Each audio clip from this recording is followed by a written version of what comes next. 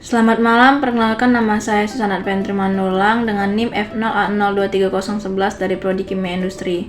Di sini saya akan mempresentasikan usaha bisnis yang akan saya buat, yaitu Wellness Shot Drink. Yang pertama kita analisis situasinya, mengapa saya membuat minuman ini. Karena yang pertama kita dapat lihat dari kualitas kesehatan yang rendah. Di Indonesia banyak sekali terdapat masyarakat yang mempunyai kesehatan yang rendah. Yang kedua adalah tingkat kecantikan diri yang tinggi. Dapat dilihat di Indonesia banyak pria maupun wanita yang ingin mempunyai kulit bahkan tubuh yang bagus. Untuk itu saya merekomendasikan minuman ini karena ini sangat baik memperbaiki kesehatan dari dalam tubuh. Kalau banyak yang merawat diri dengan skincare bahkan perawatan ke salon, nah minuman ini dapat dikatakan sebagai skincare yang dapat dimakan karena minuman ini memperbaiki kulit dari dalam. Yang ketiga adalah kurang gizi pada masyarakat. Di Indonesia banyak sekali terdapat masyarakat yang kurang gizi, untuk itu minuman ini sangat cocok untuk mereka karena minuman ini mengandung banyak gizi yang bagus baik itu buat kesehatan kulit bahkan juga organ-organ yang lainnya.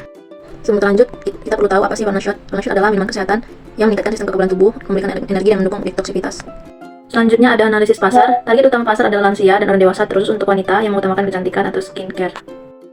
Perencanaan pemasaran. Usaha ini akan saya mulai dari rumah dan akan saya kembangkan melalui online store, dan jika semakin berkembang saya akan buka toko untuk usaha minuman ini, dan tentunya akan ada karyawan yang membantu saya dalam mengembangkan usaha ini.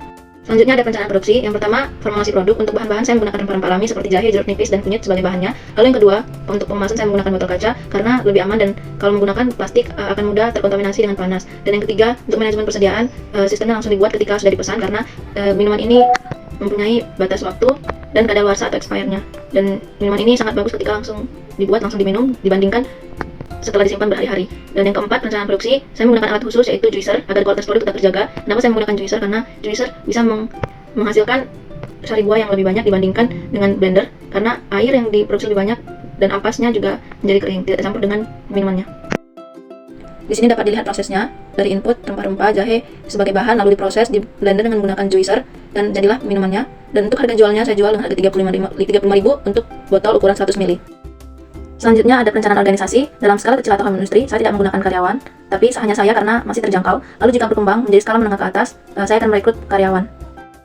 Selanjutnya ada perencanaan keuangan untuk usaha minuman kesehatan. Untuk anggaran awal atau investasi modal untuk peralatan produksi, bahan baku dan biaya pendirian bisnis, saya membutuhkan dana sebesar 20 juta karena barang yang akan saya pakai ini mahal, yaitu juicer seharga 7 juta. Lalu untuk kemasan botol kaca, saya butuh dana sekitar 3 juta, dan 5 juta untuk bahan baku karena rempah-rempah sangat sulit didapatkan. Lalu ada dana cadangan untuk mengatasi biaya tidak terduga. Saya mempunyai dana cadangan sebesar 5 juta. Dan proyeksi biaya meliputi biaya bahan baku, biaya tenaga kerja, biaya operasional dan pemasaran itu free karena menggunakan kota saya melalui online store. Lalu yang keempat ada sumber dana, itu dari modal saya sendiri. Dan yang kelima ada manajemen risiko keuangan, yaitu menyimpan dana cadangan untuk mengatasi biaya tak terduga atau periode penjualan yang rendah.